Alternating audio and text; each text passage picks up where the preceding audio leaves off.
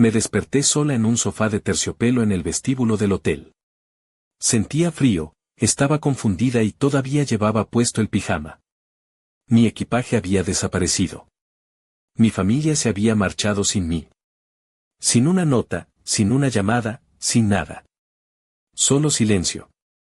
Yo había pagado por todas las vacaciones, por todas las suites de lujo, por todas las cenas, por todas sus sonrisas falsas. Pero supongo que pensaron que era demasiado vieja, demasiado lenta, demasiado fácil de abandonar. ¿Qué se les olvidó? Que las cuentas estaban a mi nombre, y que al atardecer, cada una de las tarjetas de crédito que llevaban en sus carteras de diseño dejarían de ser más que simples trozos de plástico inútil.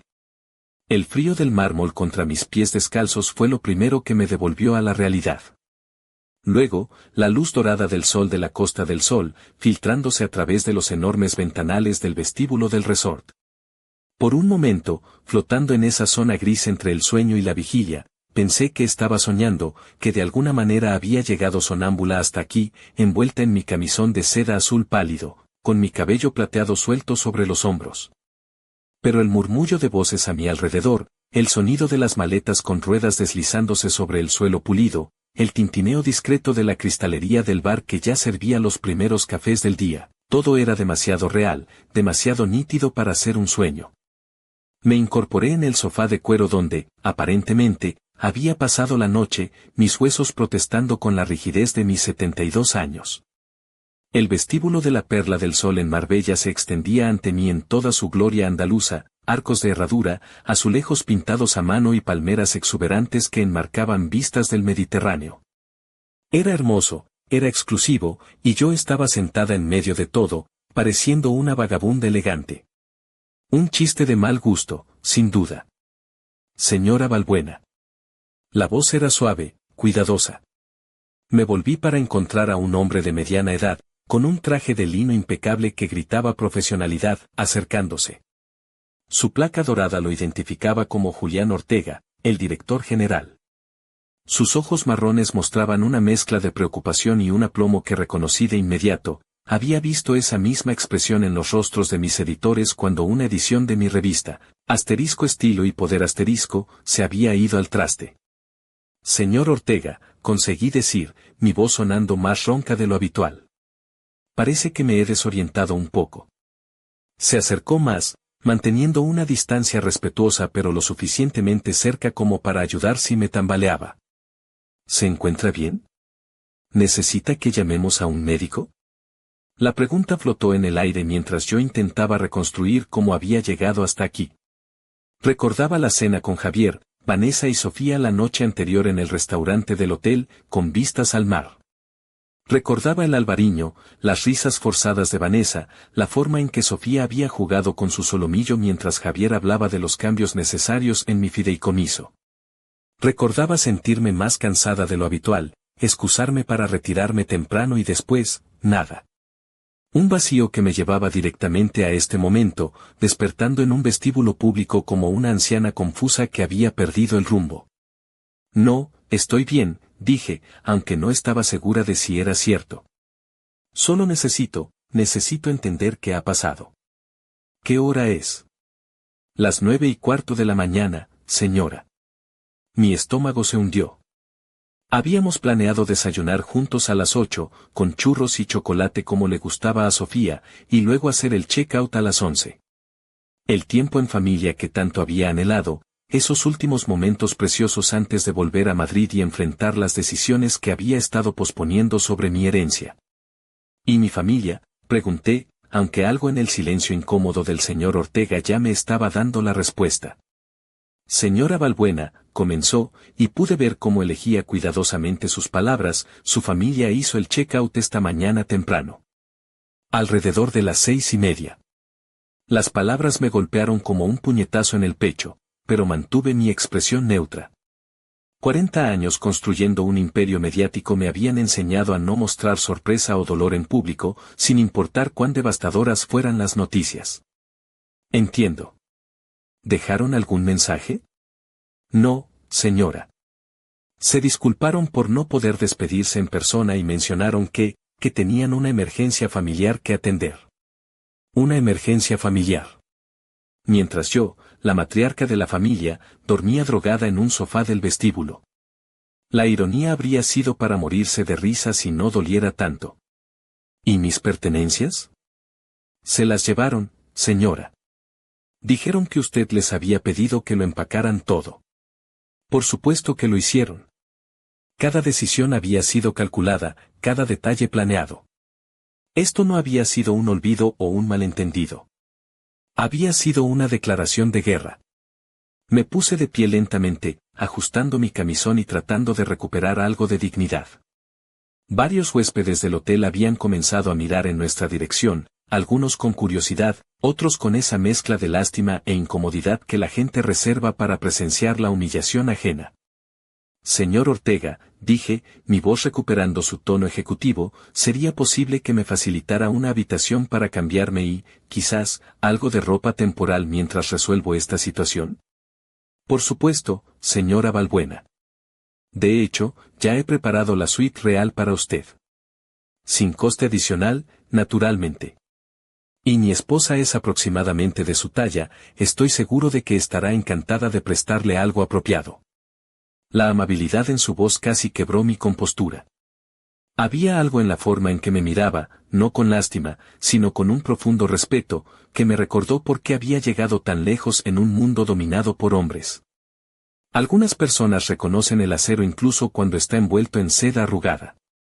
Es usted muy amable, murmuré, y por primera vez desde que había despertado, sentí que tal vez podría manejar esto. Mientras caminábamos hacia los ascensores, pasé junto al mostrador de conserjería. La joven detrás del mostrador me sonrió con simpatía profesional, pero pude ver en sus ojos que ya sabía la historia. Todo el personal del hotel probablemente sabía que Carmen Balbuena, la mujer que había pagado la suite más cara para toda la familia, había sido abandonada como una maleta olvidada. En el ascensor, Julián mantuvo un silencio respetuoso mientras subíamos al último piso. Cuando se abrieron las puertas, me condujo a una suite que rivalizaba con cualquier cosa que hubiera tenido en mis mejores días empresariales. Ventanales del suelo al techo con una terraza privada sobre el Mediterráneo, muebles que probablemente costaban más que el salario anual de muchas personas. La ropa estará aquí en unos minutos, dijo. ¿Hay algo más que pueda hacer por usted? Me quedé en silencio por un momento, mirando por las ventanas hacia el mar que se extendía hasta el horizonte. En la distancia, podía ver la autovía que llevaba de regreso a Madrid, donde Javier y Vanessa probablemente ya estaban planeando su próximo movimiento, donde creían que habían ganado. Sí, dije finalmente, volviéndome hacia él. ¿Sería posible obtener una copia de los registros de checkout de esta mañana? No la información personal de otros huéspedes, por supuesto. Solo los detalles de la partida de mi familia. Julián asintió, sin hacer preguntas.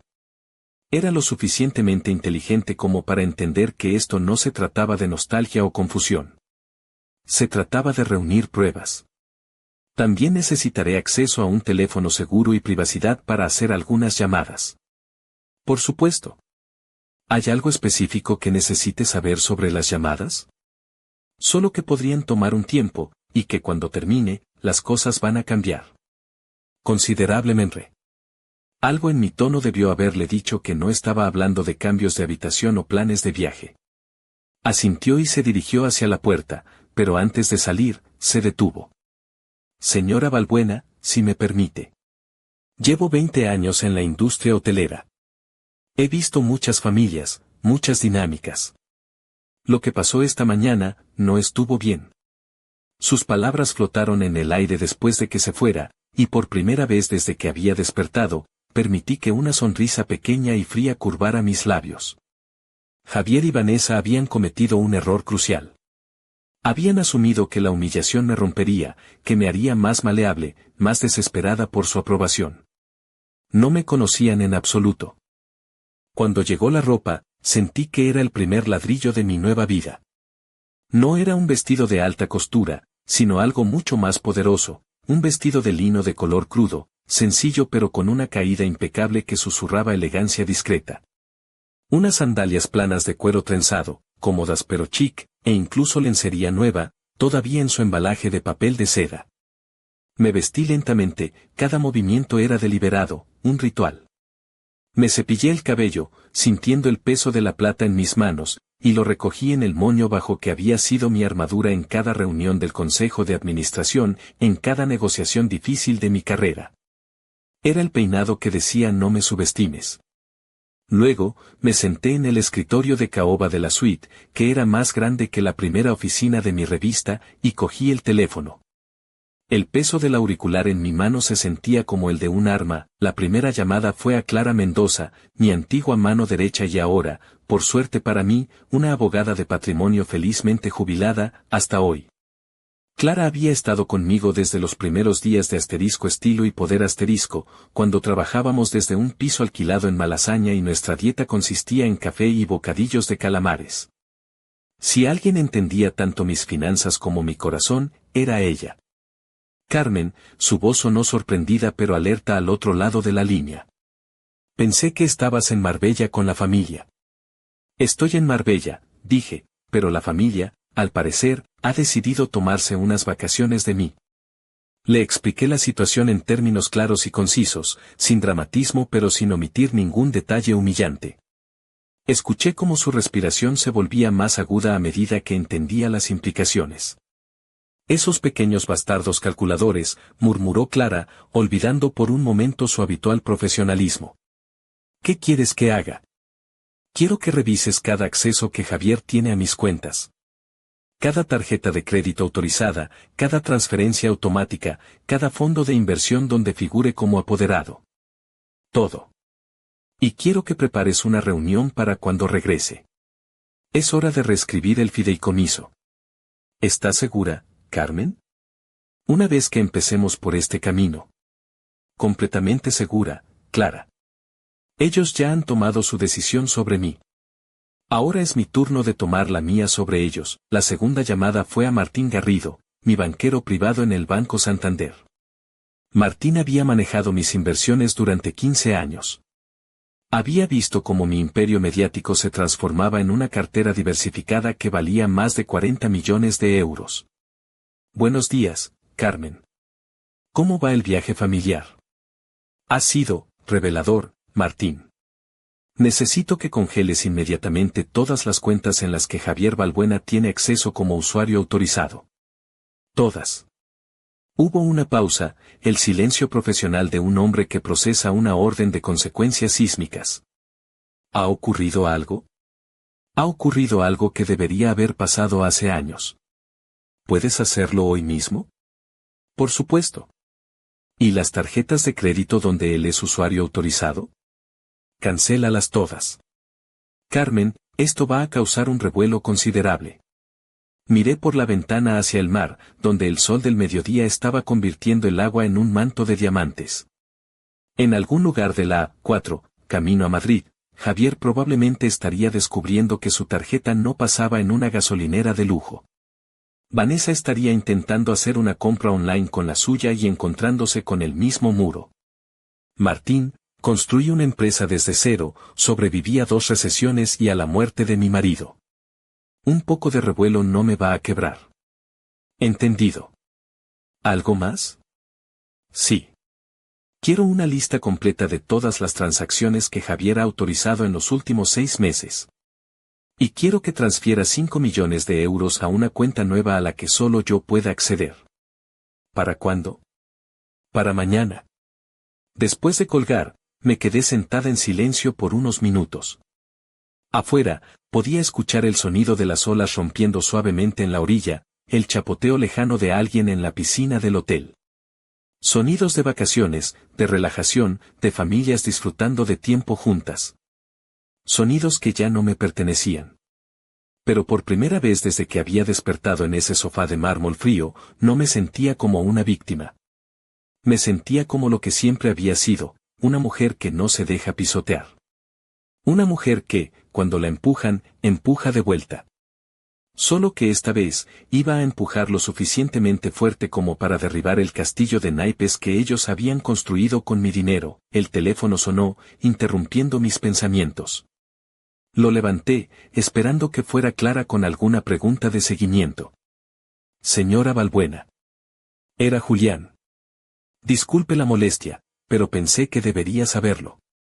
Acaban de intentar cargar un servicio a la cuenta de su suite con una de las tarjetas de crédito que tenemos registradas a su nombre. La transacción ha sido rechazada. ¿Qué tipo de cargo? Un tratamiento de spa. Bastante sustancial. La persona que llamó dijo ser su nuera y parecía molesta por el rechazo. Vanessa. Por supuesto. Probablemente había decidido celebrar su victoria con un día completo de talasoterapia y masajes con piedras calientes, todo cargado a mi cuenta. Y ahora descubría que sus celebraciones prematuras habían llegado a un abrupto final. Gracias por informarme, Julián. Y si hay más llamadas similares, puede dirigirlas directamente a mi abogada. Le daré el número. Entendido, señora. Después de colgar, caminé hacia la terraza y salí al calor seco del día. El aire olía a sal y a bugambillas. En la distancia, las montañas se alzaban como centinelas antiguos, inmutables y fuertes. Como yo. Javier y Vanessa habían pensado que dejarme en ese vestíbulo me enseñaría una lección sobre mi lugar en la familia, sobre mi dependencia de ellos. En cambio, me habían enseñado algo completamente diferente, que había estado desperdiciando mi tiempo y mi amor en personas que no lo merecían. Pero no todo estaba perdido. Había una persona en esa familia que tal vez, solo tal vez, valía la pena salvar. Sofía. Mi nieta. Había estado inusualmente callada durante la cena de la noche anterior. Había notado cómo me miraba cuando pensaba que no me daba cuenta, una expresión de preocupación en sus ojos jóvenes que contrastaba marcadamente con la indiferencia calculada de sus padres. La pregunta era, ¿había sido parte del plan, o había sido tan sorprendida como yo por el abandono de esta mañana? Solo había una forma de averiguarlo.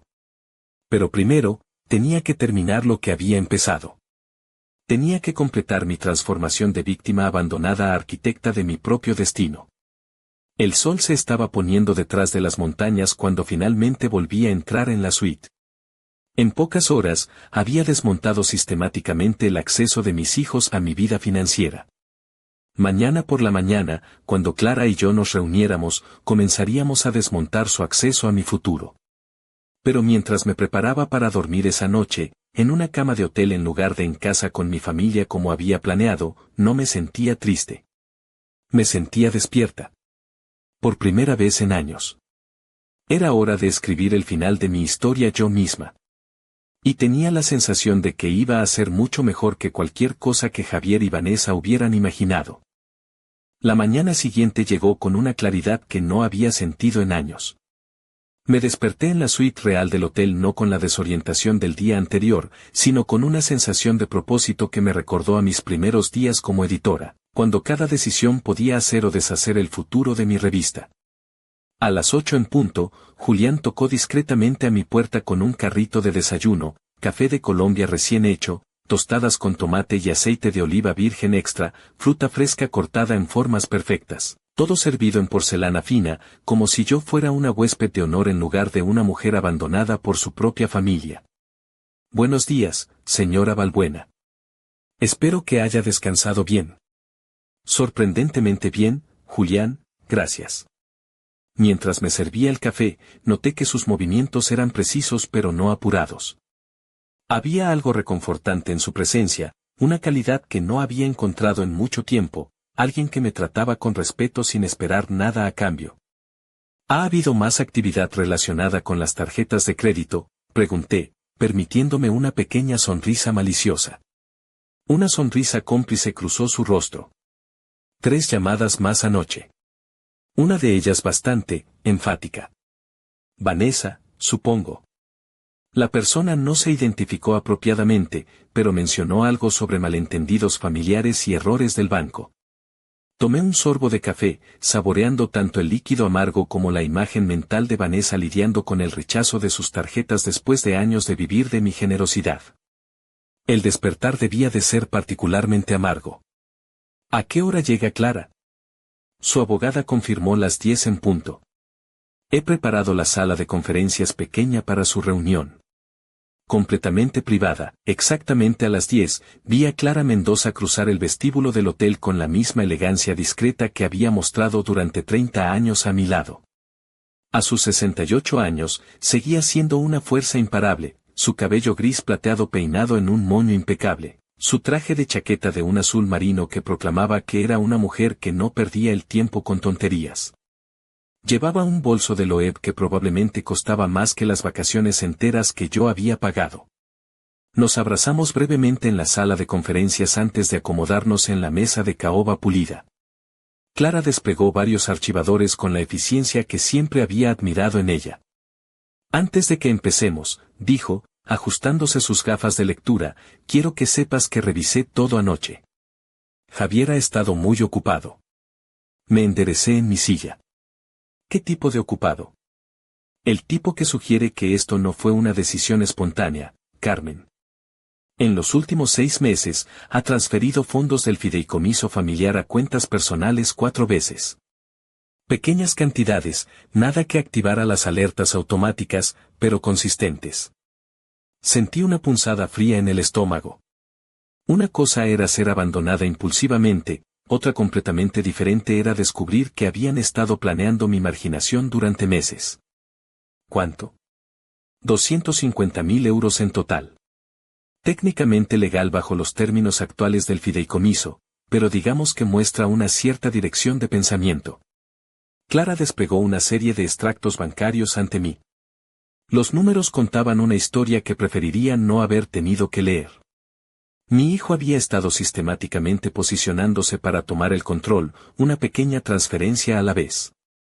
Hay más, continuó Clara, y su voz bajó un tono. Vanessa ha estado haciendo consultas con abogados especializados en derecho de la tercera edad.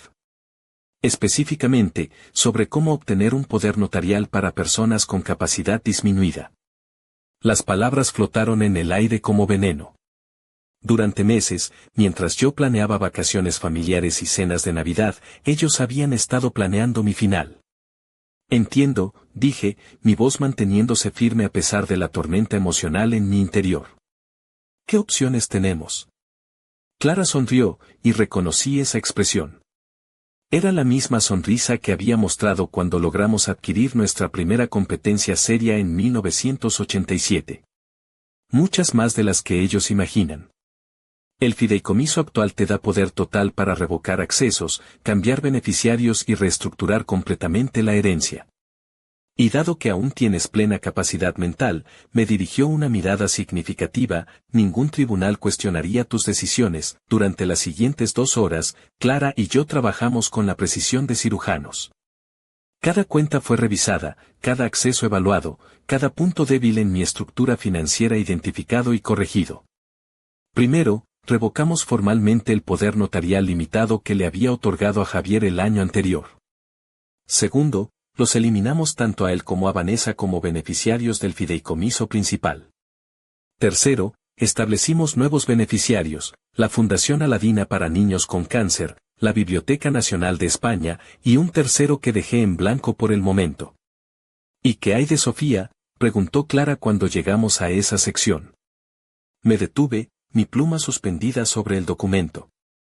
Sofía, mi nieta de 17 años, la única persona en esa familia que había heredado mi amor por las palabras, mi curiosidad por el mundo más allá de las cuentas bancarias y los objetos de estatus. Déjala por ahora, dije finalmente. Pero en un fideicomiso separado. Uno que sus padres no puedan tocar hasta que cumpla 25 años. ¿Y si ella estuvo involucrada en lo de ayer? La pregunta me dolió más de lo que esperaba, pero tenía que considerar la posibilidad. Sofía había estado inusualmente callada durante la cena, pero había sido culpa o complicidad. Entonces aprenderá una lección valiosa sobre las consecuencias. Y si no lo estuvo, bueno, entonces tendrá los recursos para construir una vida independiente de sus padres. Clara asintió y continuó escribiendo. Cuando terminamos, había firmado documentos que efectivamente desheredaban a mis hijos mientras protegían a mi nieta y apoyaban causas que realmente me importaban. Hay una cosa más, dijo Clara, sacando un archivador final. Conseguí las grabaciones de seguridad del hotel de ayer por la mañana. Mi pulso se aceleró. ¿Las has visto? Sí. Y creo que deberías verlas también. Julián había arreglado que usáramos el sistema de video del hotel en privado. Mientras las imágenes de seguridad se cargaban en la pantalla, sentí una mezcla de aprensión y curiosidad. ¿Qué iba a ver exactamente? La primera cámara mostraba el pasillo fuera de nuestra suite a las 5:47 de la mañana. Javier apareció primero, arrastrando 2 maletas grandes. Su expresión era determinada, casi triunfante. No había nada de emergencia o prisa en sus movimientos. Esto había sido planeado. Vanessa apareció 5 minutos después, cargando su bolso de mano y hablando por teléfono. Aunque no podíamos escuchar la conversación, su lenguaje corporal era relajado, casi celebratorio. Pero fue la tercera figura la que me rompió el corazón. Sofía apareció en el pasillo a las 6:15, claramente recién despertada, su cabello revuelto y su expresión confundida. Se dirigió hacia la puerta de mi habitación, pero Vanessa la interceptó rápidamente, tomándola del brazo y llevándola hacia el ascensor. La última imagen la mostraba volteando hacia atrás, mirando hacia mi puerta, su rostro contorsionado en lo que claramente era angustia. No lo sabía, murmuré, sintiendo un alivio que no había esperado. Sofía no lo sabía. No, asintió Clara. Y por la forma en que su madre la arrastró, parece que hubiera protestado si hubiera tenido la oportunidad. Esa noche, de vuelta en mi suite, comencé a escribir. No documentos legales esta vez, sino cartas. La primera era para Sofía, explicándole todo lo que había pasado y asegurándole que no la culpaba por las acciones de sus padres. Le prometí que cuando fuera mayor, entendería por qué había tenido que tomar estas decisiones. La segunda carta fue más difícil. Era para Javier, el niño que había cargado en mis brazos, el adolescente al que había consolado cuando su padre murió, el hombre que se había convertido en un extraño codicioso. Querido Javier, escribí, y luego me detuve. ¿Querido? Después de lo que había hecho. Arrugué la hoja y comencé de nuevo. Javier, ayer descubrí que el hijo que crié ya no existe. En su lugar, encontré a un hombre dispuesto a humillar a su madre por dinero. Espero que la herencia que esperabas valga la relación que has perdido. No había necesidad de decir más. Mientras escribía, mi teléfono sonó. El identificador de llamadas mostraba el número de Javier. Lo dejé sonar. Volvió a sonar 5 minutos después. Otra vez lo ignoré. Al tercer intento, decidí contestar. Carmen Balbuena. Mamá. La voz de Javier sonaba tensa, forzada. Gracias a Dios. Hemos estado intentando comunicar. El viaje de regreso a Madrid se sintió como volver a un campo de batalla donde yo, ahora, tenía todas las armas. Julián me había acompañado hasta el coche de alquiler, un discreto pero potente Mercedes, con la misma cortesía que había mostrado desde el primer momento. Pero cuando nos despedimos, vi algo más en sus ojos, respeto. Había visto mi transformación de mujer abandonada a arquitecta de mi propio destino, y había entendido que estaba presenciando algo poderoso. Señora Balbuena, dijo antes de cerrar la puerta del coche, ha sido un honor conocerla. Espero que el futuro le traiga todo lo que merece. Oh, Julián, respondí con una sonrisa que no había sentido en años, estoy bastante segura de que va a traerme exactamente eso. Durante las 6 horas de viaje, usé el tiempo para planificar mi próximo movimiento. Clara había manejado la reestructuración legal, pero ahora venía la parte que requería algo que había perfeccionado durante décadas en el mundo de los negocios, el elemento sorpresa. Llamé a Javier desde el coche. Esta vez, contestó al primer timbre. Mamá. Su voz sonaba esperanzada, casi desesperada. Gracias por llamar. Vanessa y yo hemos estado hablando, y creemos que hubo malentendidos terribles. Javier, lo interrumpí suavemente, me gustaría que cenáramos juntos esta noche. Toda la familia. Hubo una pausa de sorpresa. Por supuesto, mamá. Por supuesto. ¿En casa? No. En Coque. He hecho una reserva para las 9.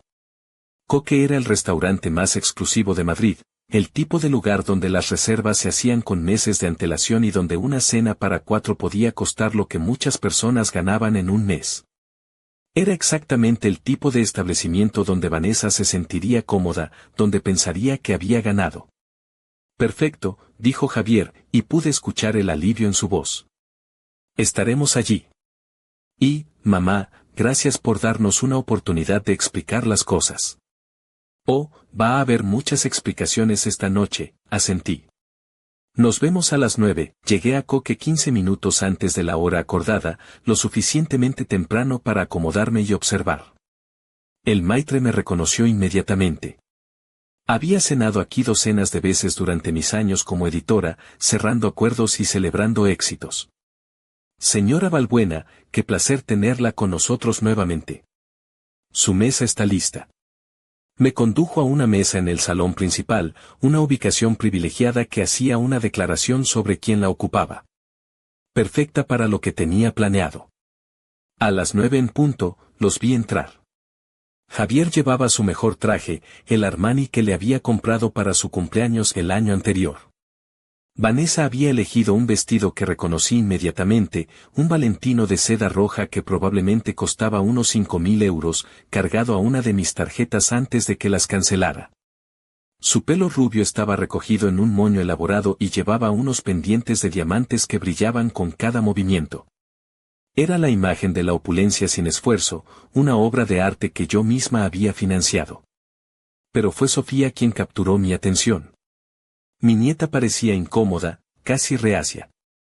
Llevaba un sencillo vestido negro y sus ojos buscaban los míos con una expresión que reconocí como culpa, no por lo que había hecho, sino por lo que no había podido evitar. Mamá.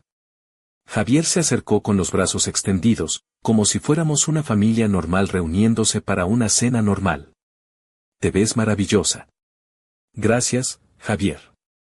Por favor, sentaos. Vanessa se deslizó en su asiento con la gracia calculada de alguien que había practicado entrar en restaurantes caros.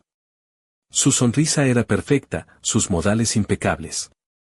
Su actuación, convincente para cualquiera que no supiera lo que había hecho 2 días antes. Carmen, dijo, su voz goteando una dulzura falsa, lamento tanto la confusión en Marbella. Debe de haber sido tan desconcertante para ti. Desconcertante es una palabra interesante, Vanessa. Sofía se sentó sin decir palabra, pero la vi mirándome de reojo, como si estuviera tratando de resolver un rompecabezas complejo. El sumiller llegó para tomar nuestras órdenes de bebida. Javier pidió el whisky más caro de la carta. Vanessa, champán. Sofía, solo agua. Yo ordené una copa del mejor Vega Sicilia que tuvieran. Entonces, dije una vez que el sumiller se alejó, contadme sobre esta emergencia que os obligó a salir tan temprano de Marbella. Javier y Vanessa intercambiaron una mirada rápida. Había visto esa misma comunicación silenciosa en cientos de reuniones de negocios, el momento en que las personas se dan cuenta de que su historia no es tan sólida como habían pensado. Bueno, comenzó Javier, hubo un problema en la oficina. Un cliente importante amenazaba con irse, y yo necesitaba estar ahí para manejarlo personalmente. ¿Qué cliente? Otra pausa microscópica. Harrison Industries. Ya sabes lo exigentes que pueden ser. Tomé un sorbo de vino. ¿Y esto requería que Vanessa también se fuera? ¿Y que empacarais mis cosas? Pensamos que sería mejor dejarte descansar, intervino Vanessa. Has estado tan cansada últimamente, y el viaje había sido largo. ¿En el vestíbulo? Sofía levantó la vista bruscamente. Hasta ese momento, había estado fingiendo estudiar el menú, pero mis palabras la hicieron prestar atención completamente. ¿Qué quieres decir?, preguntó Vanessa, pero su voz había perdido algo de su seguridad anterior. Me encontré despertando en un sofá en el vestíbulo del hotel, Vanessa. En mi camisón. Sin saber cómo había llegado ahí. El silencio en la mesa era tan denso que podía escuchar el tintineo de los cubiertos de las mesas cercanas. Sofía parecía completamente confundida, claramente, sus padres no le habían contado los detalles de mi despertar. Debe de haber habido algún malentendido con el personal del hotel, dijo Javier rápidamente. Tal vez pensaron que querías dormir en el vestíbulo por alguna razón. Javier, mi voz cortó a través de sus excusas como un bisturí. Vi las grabaciones de seguridad. Esta vez, el silencio fue absoluto. Pude ver el momento exacto en que tanto Javier como Vanessa se dieron cuenta de que su juego había terminado. Sus rostros se transformaron, las máscaras de preocupación familiar desapareciendo para revelar algo mucho menos atractivo. Grabaciones de seguridad, susurró Sofía. ¿Qué grabaciones? Las grabaciones que muestran a tu padre cargando maletas a las 5:47 de la mañana con una expresión que difícilmente se puede describir como de emergencia. Las grabaciones que muestran a tu madre hablando por teléfono, relajada y sonriente. Y las grabaciones que te muestran a ti, siendo arrastrada hacia el ascensor mientras mirabas hacia atrás a mi puerta con clara angustia. Sofía se puso pálida. Mamá, papá, dijo, volteándose hacia sus padres. Me dijisteis que la abuela había tenido una emergencia médica y que ya se había ido al hospital. Me dijisteis que nos estábamos apresurando para alcanzarla. Sofía, comenzó Vanessa. Me mentisteis. La voz de Sofía se quebró. Me dijisteis que estaba enferma, que necesitaba ayuda. Por eso parecía tan preocupada. Pero la abandonasteis en el vestíbulo. Como si fuera basura, terminé suavemente. Esa es la palabra que estás buscando, querida. Javier finalmente encontró su voz. Mamá, ¿puedo explicar? Oh, estoy segura de que puedes.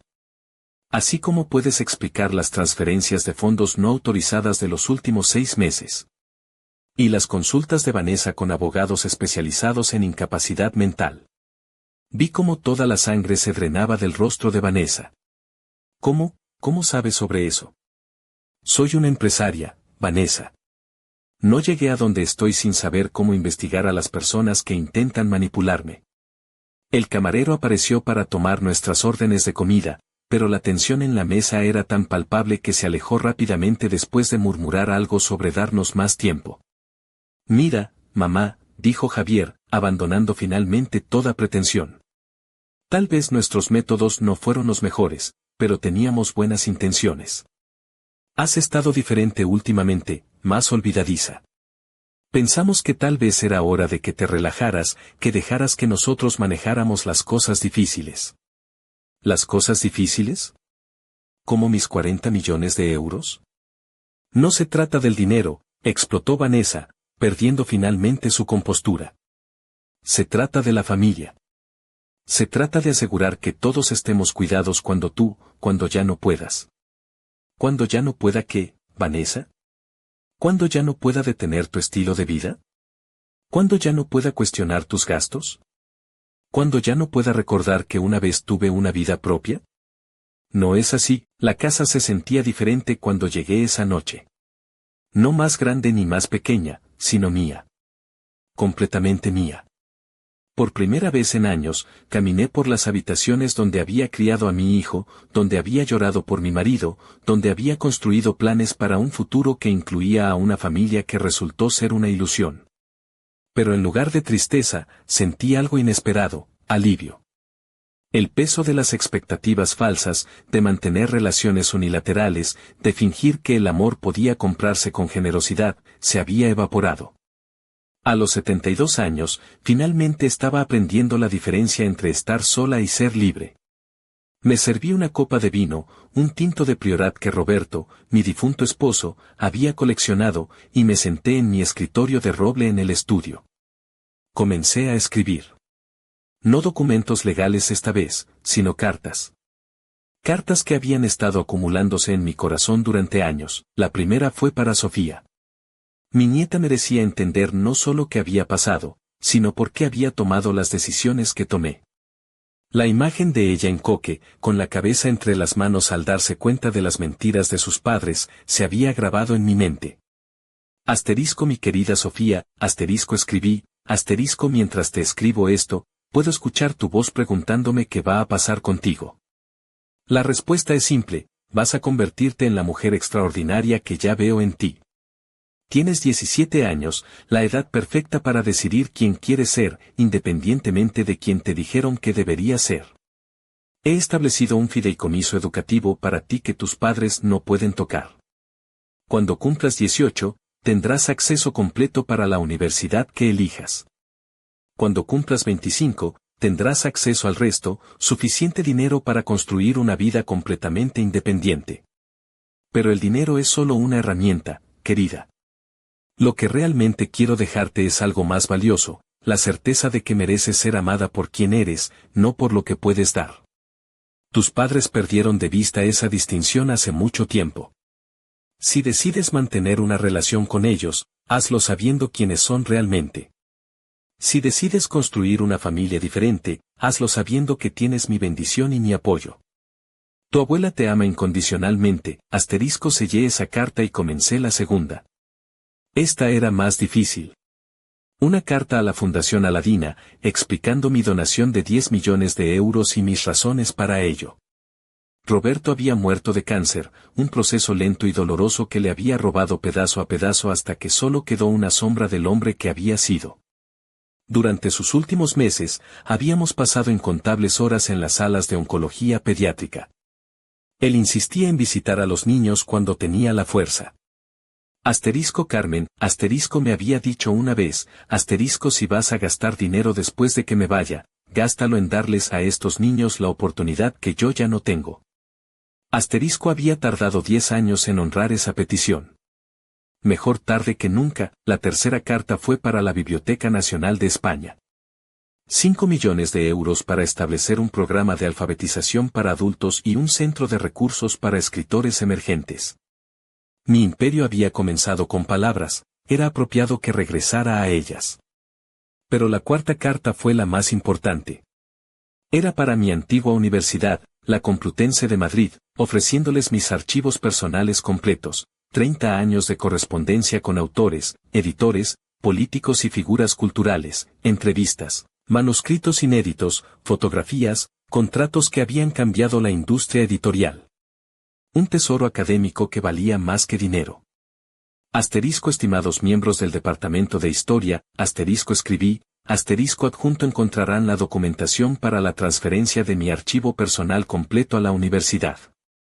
Estos documentos representan 3 décadas en la industria editorial durante un periodo transformativo en los medios españoles.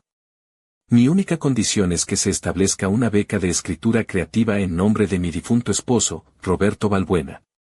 La beca debe otorgarse anualmente a un estudiante de primera generación universitaria que demuestre tanto talento literario como necesidad financiera. Confío en que estos materiales serán preservados y utilizados para educar a futuras generaciones sobre el poder de las palabras para cambiar el mundo. Mientras escribía, mi teléfono sonó constantemente. Javier llamó 7 veces. Vanessa, 4. Después de la 10ª llamada, simplemente lo apagué. Clara había sido clara, legalmente, no podían hacer nada. Emocionalmente, ya habían hecho demasiado. Pero hubo una llamada que sí contesté, cerca de medianoche. Era Sofía. Abuela. Su voz sonaba pequeña, como cuando era niña y había tenido una pesadilla. Hola, querida. ¿Estás bien? No. Mis padres están locos. Papá está gritando sobre abogados y mamá está llorando por el club de campo y no sé qué más. Es horrible. Lo siento, Sofía. Sé que esto debe ser muy confuso para ti. No es confuso, dijo con más firmeza. Es revelador. Nunca los había visto así. Nunca había visto lo que realmente pensaban de ti, de nosotros como familia. Hubo una pausa, y cuando habló nuevamente, su voz se había endurecido con una determinación que reconocí como mía. Abuela, ¿puedo preguntarte algo? Cualquier cosa. ¿Crees que soy como ellos? La pregunta me partió el corazón. Aquí estaba una niña de 17 años, confrontando la posibilidad de que pudiera llevar las mismas fallas de carácter que acababa de descubrir en sus padres. Sofía, escúchame muy cuidadosamente. Tú corriste hacia mi puerta esa mañana en Marbella. Cuando tu madre te arrastró lejos, miraste hacia atrás con angustia genuina. En el restaurante esta noche, cuando te diste cuenta de lo que había pasado, tu primera reacción fue horror, no cálculo. No, querida. No eres como ellos en absoluto. Escuché que soltaba un suspiro de alivio. ¿Qué voy a hacer ahora? Solo tengo 17 años y ellos, mis propios padres. Sofía, ¿recuerdas cuando eras pequeña y me preguntabas por qué había empezado mi revista? Sí. Dijiste que era porque querías contar historias que nadie más estaba contando. Exacto. Y ahora, tú tienes tu propia historia que contar. Una historia sobre una joven que descubrió que el coraje es más importante que la comodidad, que la integridad vale más que la herencia. ¿Crees que puedo escribir esa historia? Querida, creo que ya has empezado a escribirla. Esta noche, cuando te alejaste de la mesa con ellos y me seguiste afuera, hablamos por otra hora. Le conté sobre el fideicomiso que había establecido para ella, sobre las oportunidades que tendría cuando fuera mayor de edad. Pero más importante, hablamos sobre lo que significaba elegir tu propia familia, sobre cómo el amor real no viene con condiciones. Cuando colgamos, me sentí más esperanzada de lo que había estado en días. Sofía iba a estar bien. Mejor que bien. Iba a ser extraordinaria. Los días siguientes fueron un torbellino de actividad legal y logística. Clara mantenía mi teléfono lleno de actualizaciones. Javier había contratado a un abogado que, según Clara, ya había admitido que el caso era problemático. Vanessa había intentado acceder a una cuenta conjunta que habíamos cerrado 2 días antes. Ambos habían descubierto que el chalet en La Moraleja que habían estado usando como su residencia principal era, técnicamente, de mi propiedad y el aviso de desalojo ya estaba en proceso. Son como niños haciendo un berrinche, observó Clara durante una de nuestras llamadas. Pensaron que podían intimidarte para que te sometieras. No tienen ni idea de cómo manejar las consecuencias. ¿Alguna amenaza legal real? Nada sustancial. Su abogado está más enfocado en controlar el daño que en montar una ofensiva. Sabe que si esto llega a los tribunales, la evidencia de sus acciones los haría ver terribles.